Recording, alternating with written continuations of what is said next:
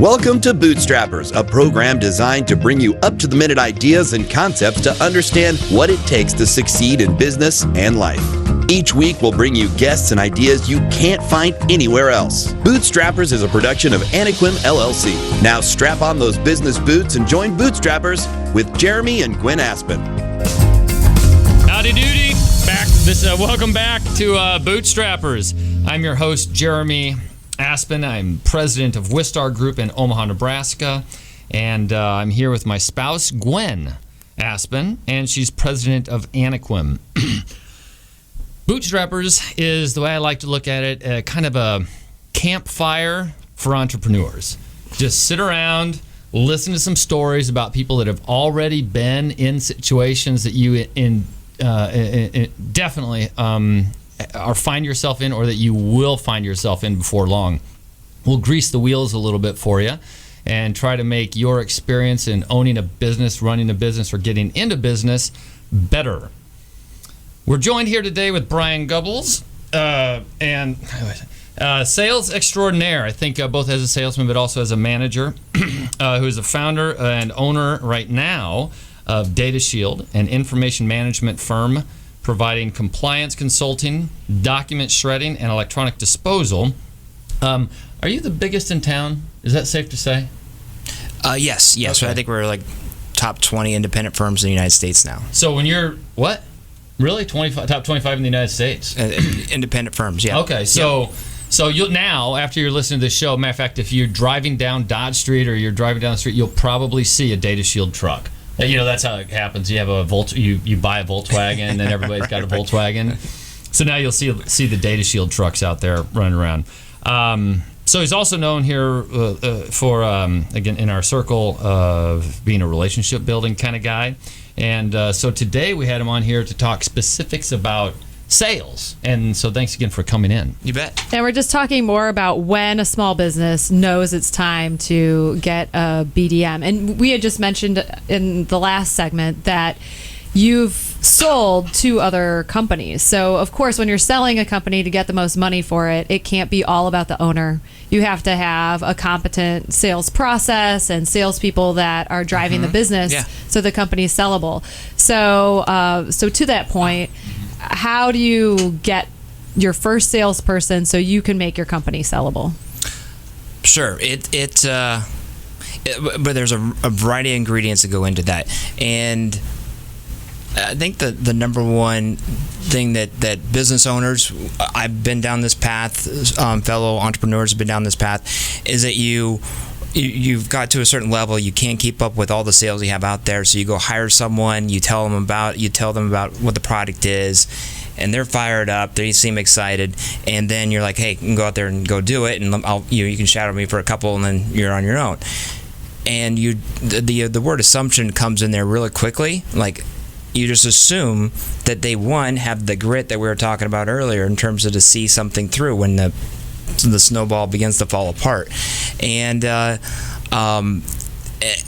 it's a little more difficult. I mean, the business owner, when you're looking to either succeed or, oh my gosh, I don't even want to think about what happens if I don't succeed at this, because I've got investment into it, time investment, explanation to my wife why I wasted the last 3 years, and so you want to become successful, and but do they necessarily have that grit? Do they have that stickiness to your product, to your service? And my experience is, one is to share with people, don't make that assumption. That they have grit. That they have the grit for your products. Not that they don't have grit, but they may not be as passionate. Most likely, they don't have the vision and the passion you do. And again, at the end of the day, people end up buying from experts they like, right? Mm-hmm. I mean, that's what, at the end of the day, I mean, that's what we're looking for. Is we're looking for somebody who knows their business, knows their industry, and also becomes an expert on their business quickly. So asking the right questions, and then be able to troubleshoot, right? Because, you know, if I go out there and just talk about the new product that I'm selling, and that's all I talk about, okay, do I fall into that likable category? Yeah, maybe All right? not. And then an expert is one that's not just an expert on telling you everything the back of the label, but asking the questions that are coming from the customer. So someone who asks the right questions. So some amount of creativity to be able to adjust. Yes. Yeah. And that takes time. Intelligence. So I feel like when you talk about this grit thing, it's because you hired salespeople that didn't have it. That was my. I'm like, so no, there's a I mean, story behind this. Listen,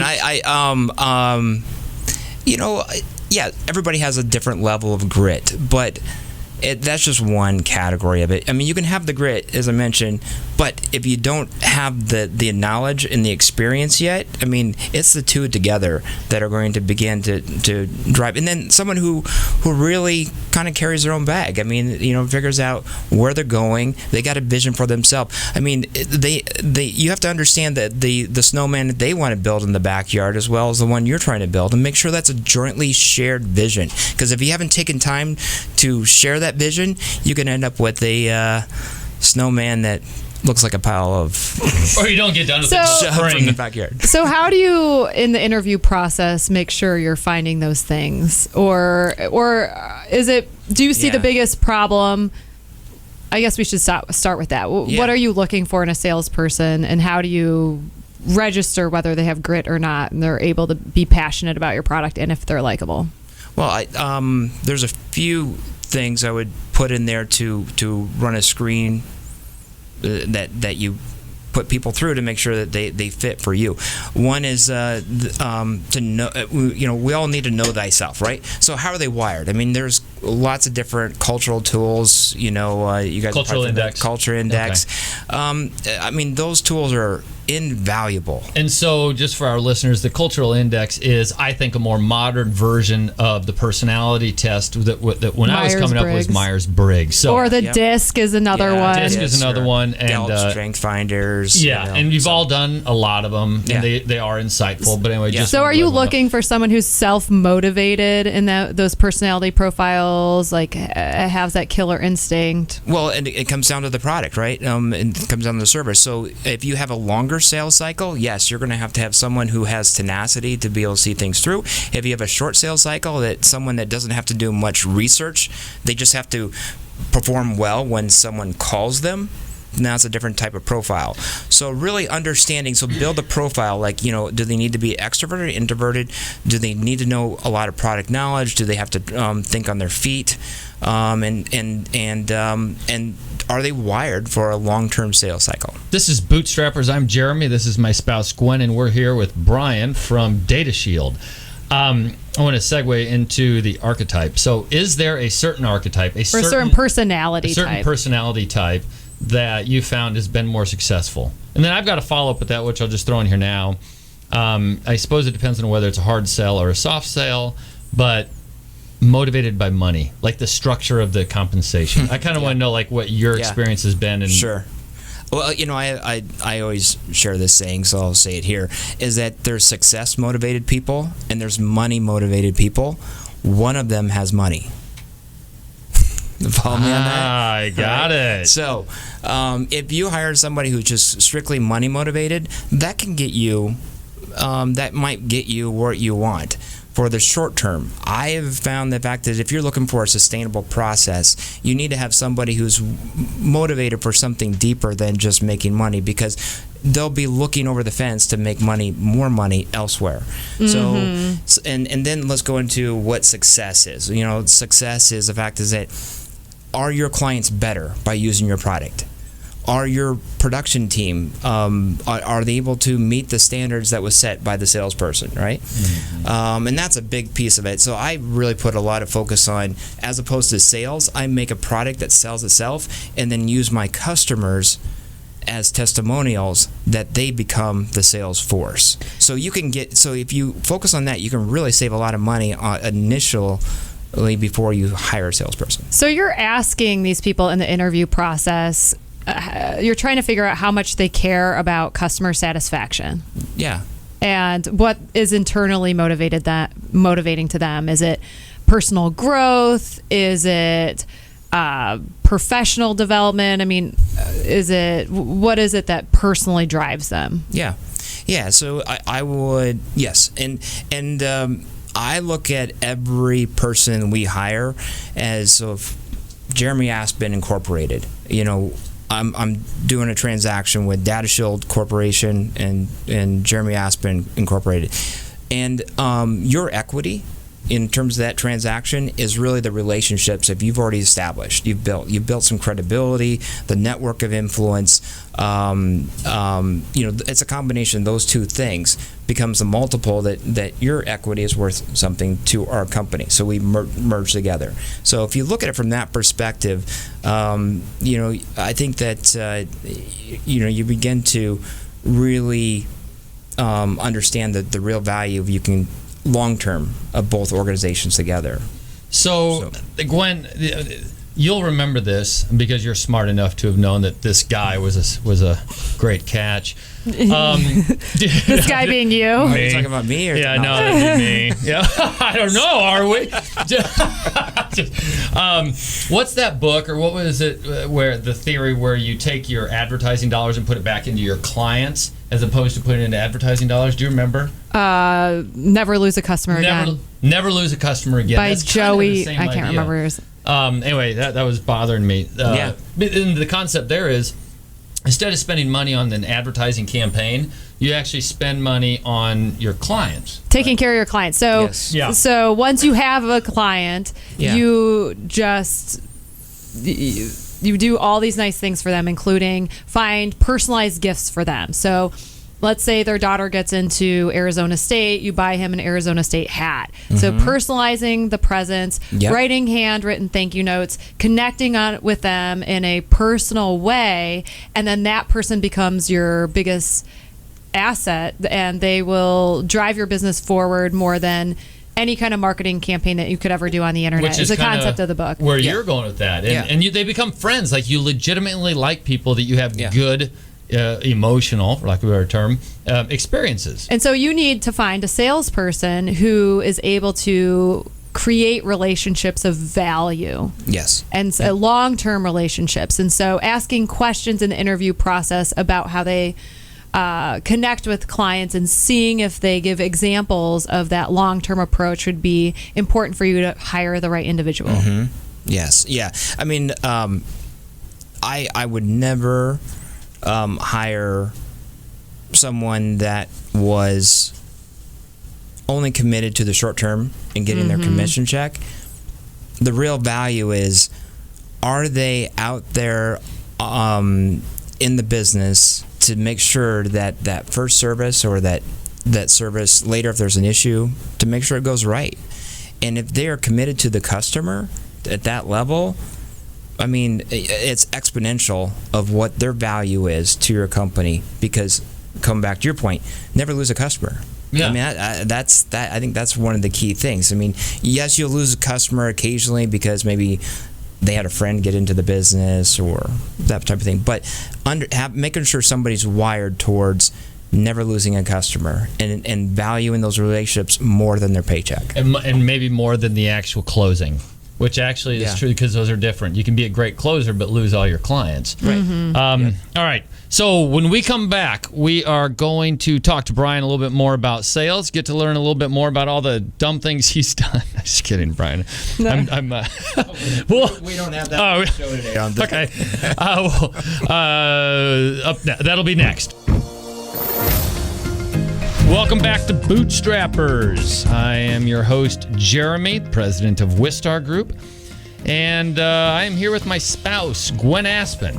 She's the president of Anequim. We bootstrapped two of these companies and figured it would be one of our favorite things to do, to be able to have discussions with other people around this campfire of entrepreneurs that is Bootstrappers. Today, we're here discussing mostly sales with Brian, president of Data Shield, also a local Omaha company. And so we kind of want to get into training and transitioning. So when you do make a decision to bring somebody on board to take on one of the most important roles as far as growth goes, sales, we've got to get them trained. And I think in my experience, training is often depreciated right out the gate. But what's your experience, and how have you mitigated that to be able to get to some of your sales? Well, I would say that, going from sales to sales management is the biggest gear shift you can experience, because you're using a particular gear when you're in sales that you have a sense of urgency. You're driving. So what do you sacrifice when you are constantly pursuing under an urgent situation? Process, right? So you're not necessarily worried about the process. You're more worried about the result, which is great for a salesperson, right? Yeah. And they're going to reach out and grab other resources from the company to help make sure that process is good. But they're the ones driving towards the results and communicating with the organization. Here's what I need to make sure this client is taken care of and becomes a long-term customer. Now they've shifted. You've just taken your best salesperson, right? Mm-hmm. And you do what? Make them the manager. Promote They're them, now in right? charge. Because that just makes sense, right? It does. It is intuitively that is what seems like it should be the next logical step. Yes. Is to promote your guy. Except they don't always. Except. Yeah, you just took their boat out of the water and you threw it in sand. So. and you say, okay, here's your oars. What's going on? Why aren't you going? It's a whole different game. Because they're not at all related. Like, to do what you do in sales successfully is the opposite of what you do to manage a sales team to success. Yes. It's a great degree. I mean, you can lead by example and get a long ways with that. So going out there and shadowing a team, and because you're the top salesperson, so people are like, oh, how do you do it? But a lot of times, again, if you're really good at that, you're not focused on the process of how you got there, right? And also, there's a little bit of ego involved, right? So in the ego, kind of like, hey, you know what? You kids can't catch up to me, right? You could have all kinds of issues that happens when you take the boat out of the water and you throw it into the sand. So again, it can be done, but just know that it's a lot more focused on process and procedures. It's very bad for a company when it goes badly. So I mean, you lose so much money. You lose all that information. And we made this mistake very recently, and the person was not nice as a manager because they wanted things done their way, and they were very good as a lone wolf, but as a supervisor, they were just mean to the new people on the team. Yep. And it ruined everything that I elevated the person. If I just kept them in sales, it would have worked. And so how do you avoid that mistake? What kind of personality do you need to be a sales manager? Do you take someone from the outside and bring them in because they're clearly designed to be a sales manager rather than promoting your best salesperson to manager? Without making your salespeople pissed off for having because been... your sales team wants to see, if you're going to manage me, I want to see the stripes on your arm, that you've done it, you've been in the trenches, you understand what it's about, and you make that happen. I think that there's no one size fits all, in my opinion. I mean, someone can say, listen, I have done this for so long, but you need to give them time to make that transition where they are taught. I mean, give some sales training courses on management, like how to build the process. Really help them reflect on what made you successful. Come to 10 things that you think are key, that were key to your success, and then ensure that you've wired everyone or provided everyone those same resources that report to you. So I think there's just a lot of steps in there. That's just one example. So the steps for if you have somebody, let's say you have one salesperson, you want to bring on the second one, you want the first salesperson to manage the new person, you just have to really talk through with them how their day is going to be different, and if they are going to be happy in the new role, looking at the new cadence that they'll be following, and make sure that they're being self-aware of what the new role is, because they may decide on their own that they're just not built for it. And then secondarily, if they do want to take on that new challenge, make sure that you have good sales materials and a good sales process that they are coaching the person on doing, so that the team can grow at a quick clip. Is that what you're saying? Yeah, and also remember, good salespeople have their own individual flavor, right? And so a sales manager that's been predominantly in sales management will say, no, don't do this, do that. Okay, don't micromanage the process because, again, the art of relationships is individualistic. So that leads me to when you mentioned building a process before. When I was in supply chain logistics, we were, I was at ISO. And that was to help make sure that you had processes and procedures and that when you changed them, it was systematized. But we specifically left sales out of it because of that art piece. So, and I've kind of always operated under that same motive of not necessarily building a process for sales. But what does a sales process look like? It must have some flexibility. But like in your case, how do you build a process like that and include what you just mentioned and the creative part? Yeah, I think that. I'm a big believer in taking time for retreats. And so if your company is going to be going through this transition of either one, hiring a salesperson for the first time, or two, promoting somebody from sales into a sales manager role, take time. Take time for everyone to be able to have input upon what are we aiming for, what are we everyone believes that they needs to be included in that to make that successful. Because at the end of the day, you need everyone's buy-in to make a salesperson successful. The other main thing when hiring a salesperson or a sales manager, I always highly recommend you look at where you want to be financially 3 years from now. Because if you're hiring somebody based upon they need to produce this year and deliver results now, you could be in a situation that's not a win. Maybe you didn't hire because you could have hired someone with more experience, which cost you more. And then in 3 years, you got somebody who was there for 10 years and all 3 years, 3 through 7. So a lot of times people just jump into making that decision too quickly and say, oh, you know what? We need $100,000 new sales a year. I'm going to hire someone for $60,000, so I make $40,000.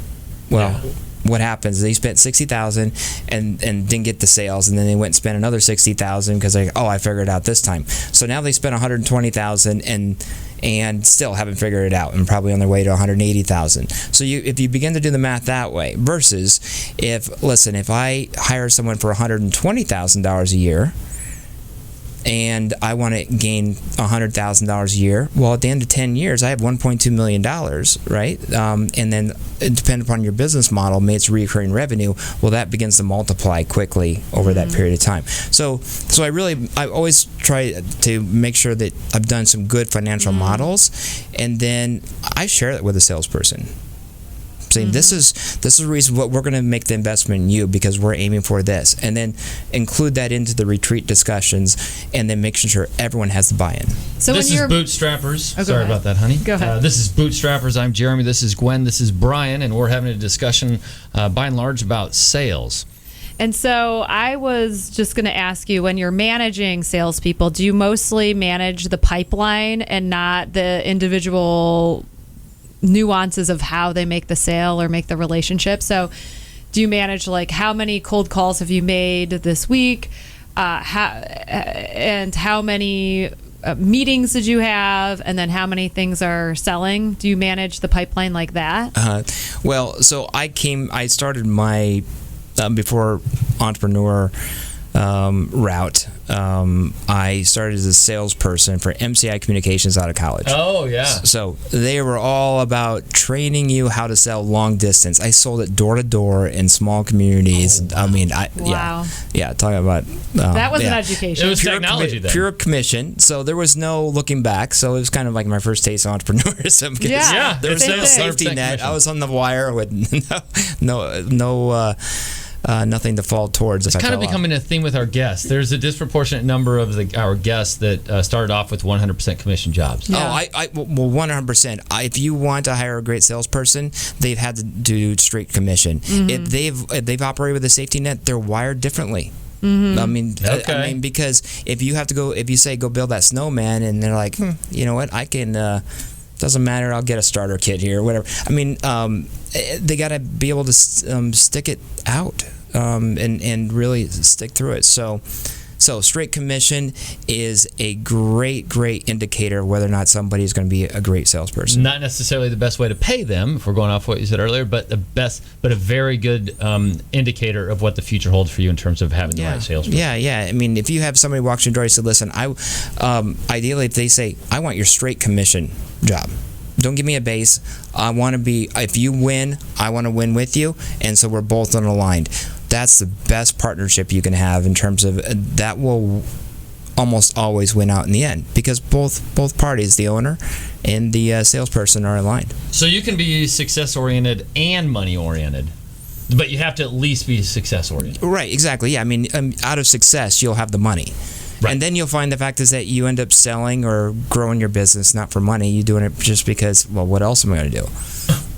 So I want to go back to the pipeline, though. So when you were working at MCI, were they obsessed with the pipeline? My apology. I didn't get finished that. So, yes, we were supposed to make 24 calls a day, 6 presentations, led to 2 sales. And I'm like, that's too much freaking work. I'm not going to do that. So I went to a local town. I would sit down and build a pipeline like this. I'd read the local newspaper, and then I would ask someone for a referral, and I would make sure I knew something like the Johnson's barn burned down last week. So I had a topic, right? So and you're doing this at a coffee shop. I'm doing a coffee shop. I just pull into some small town in Iowa, whatever. Never been in that town in my life. And then I would go to the chamber or the business development or whatever they called the JC group or whatever, and connect with someone there. Spend a lot of time getting to know them because people don't care how much you know until they know how much you care, right? And then I would drop the fact that I've done some research on the town. I understand this is what I heard. And then conversations that, and then at some point they're wondering, what are you here for? That's right. Right? So what I am doing is building the credibility in the relationship in a way that I can easily earn their trust to give me referrals, to send me to success. So my model was 6 presentations a day, 6 calls, 6 presentations, and 5 sales. Wow, that's that's impressive. It worked. I mean, I was the top salesman in the country, if I was to toot my own horn here. In 2 months. Wow. And you by not listening to them, by not listening to what they told you to do. Well, that's what I was saying beginning, but that's the reason why I tend to believe that the art of sales is really individualistic. I mean, it's. Well, you're from a small town. I mean, is that how you took the insight for that position of working in a small town and just be like, someone comes knocking on your door, you're like, what the hell are you doing here? Usually, like on the farm, when we were coming up to my grandparents, if you were going to be there, you just walked in. You did. If you were knocking, then you were a stranger, or you were a hunter looking for land to hunt on, something like that. In your case, how did you come up with that? Well, what that model of sitting in a coffee shop. Probably because I was lazy. I didn't want to work that hard. That's another thing everyone has in common. No, I mean I think that's it. Is focus on the relationships. Do what's a win for the person, and you'll never lose. I love it so much. All right, up next, I've got to ask Brian. In my experience with sales, is that there's usually some awkward dynamic with operations. And maybe we can get a little bit of insight into how that can be avoided. That's next. Thanks for joining us here on Bootstrappers, 1290 Coil Radio, and our podcast. The Bootstrappers were a show talking to entrepreneurs, trying to pick their brains and learn from all their mistakes. And I am Jeremy Aspen, an entrepreneur myself. And successes. Although there might be an argument, learning more about failures could get us more success. One leaves you last. That's right. It's a leading indicator. Failure is a leading indicator of success. I'm Jeremy Aspen, along with my wife here, my spouse. It's PC. I got it. Gwen Aspen, and we're here with Brian Gubbels. He's the president of Data Shield Corporation here in Omaha, Nebraska. Thanks for being with us again. And we were just talking about I think when I was in international supply chain, again, a company called Bex Global, I learned quickly that there's this weird dynamic between operations and sales. Sales is out there making promises, and operations is failing to get there. To the point where one time I had a saleswoman and an operations woman in charge of imports, and they were butting heads pretty badly. It got to the point where I called them into my office and I told them, I actually don't care which of you is fired today, but one of you won't be here. Get out of my office. And, within about 3 hours, I am not kidding you, they became best friends and I kept them both. But that story just highlights the fact that it can get out of control. And the way I handled it, I don't know that I would do it again that way. It did happen to work, but it was another country, it was another time. But do you find that dynamic in any of the companies you've bootstrapped? Yes, that certainly can happen. And so if we're going to focus on what makes salespeople successful, I'm going to go back to that model I was talking about earlier, like Jeremy Aspen Incorporated. Look at yourself as your own corporation. What makes a company successful? It is the discretional effort of all stakeholders involved in that company's success. The discretional effort of all the stakeholders involved. Involved, yes. Okay, so, like that. Because at the end of the day, your ability to make more money than anybody else as a result of earning discretional effort. In other words, if operations, I'll go to Data Shield, for example. If a salesperson at Data Shield wants to be the most successful, they will have engaged the service techs in a way towards their goal, in a way that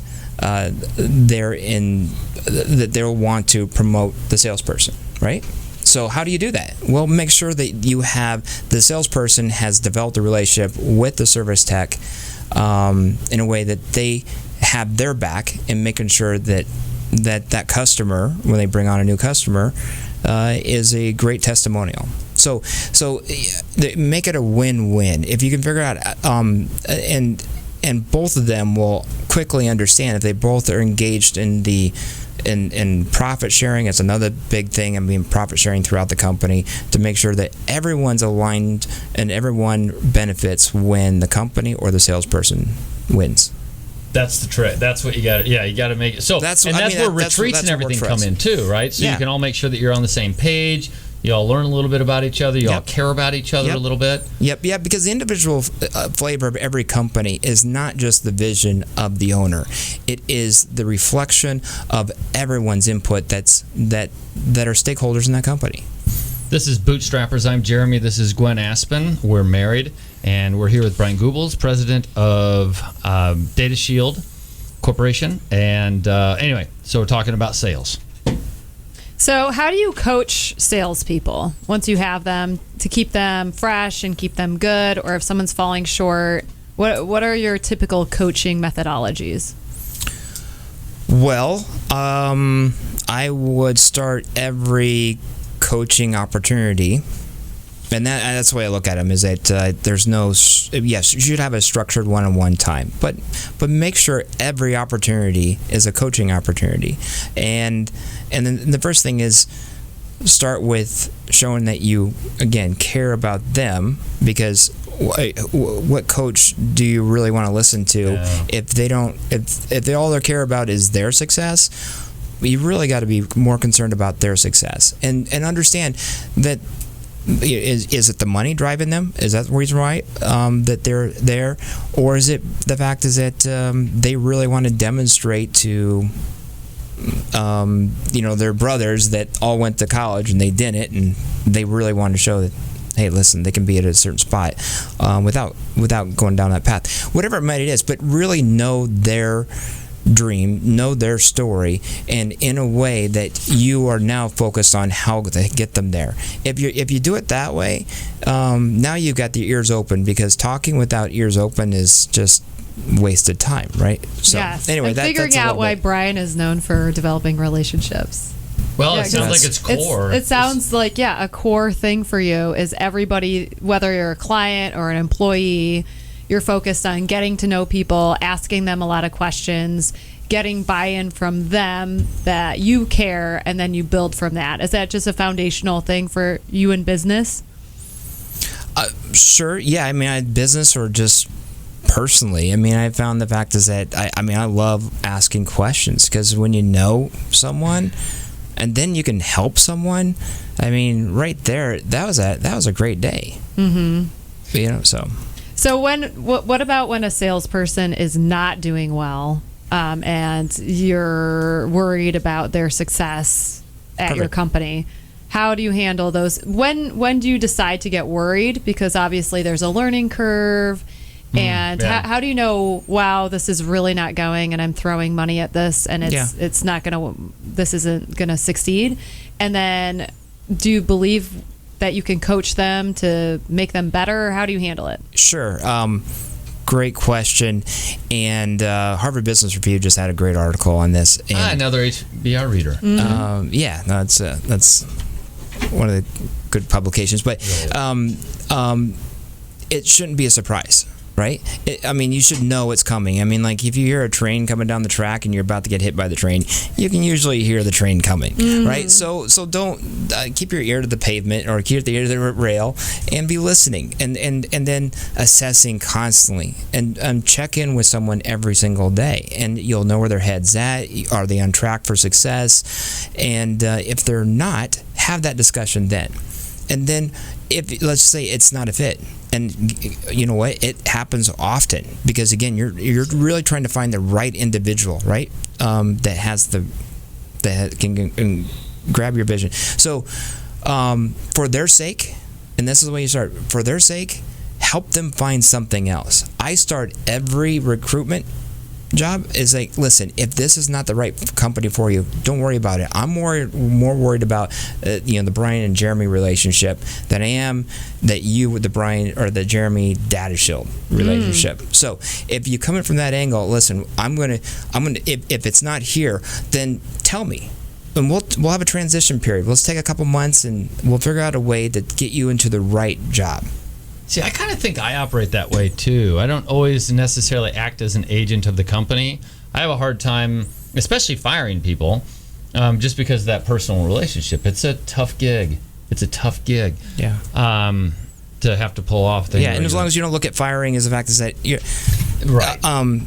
It's not, you're not cutting their pay if you're helping them find something better that they're going to be able to do much better, right? Yeah. Although, so when you have a sales team, there is they have the relationship with the client. Now, sometimes in business, and we all know this, we have to fire clients. So how does that change that dynamic? I mean, you've got this other person that's bringing on business successfully, and they've just happened to bring on a wrong client. Have you ever had an experience like that? Oh yeah. It sucks. Yeah, one customer can be the work of 25 of them easily. I bet that number's not too far off. But the sales guy, the poor sales guy, do you have to get their buy-in before you let the client go? Because that's the relationship. They're bringing them on. Well, okay, so again, I'm always a big believer in making sure everyone's a stakeholder in any decision. So the sales team, the production team, everyone's a stakeholder in keeping that customer or not to keep that customer. And if everybody looks at the fact that they measure their inputs into that customer versus their outputs, like, all right, and it's an easy decision. Yeah. Right. Because some customers are just wired never to be happy, no matter what you do. No kidding. That's so and you can't fix that. And you almost want to tell your competitor, like, oh, dude, I'll tell you what, do not take this client on because they are a dick. Yeah. Or whatever the reason might be. Yeah. All right. So this is Bootstrappers. That is a wrap for this show. My name is Jeremy. This is Gwen Aspen. We're here with Brian Gubbels again, Data Shield. Thanks a million for coming in. Yeah, really thank you so much. Talk with you guys. And we look forward to seeing you and listening to you next week on Bootstrappers, when we get to sit with another entrepreneur and pick their brains. This has been Bootstrappers, a unique presentation designed to help you better understand what makes the world turn. Contact Gwen or Jeremy Aspin at hosts@bootstrapper.club. Join us next time on News Talk 1290 KOIL, at our website, or download the podcast.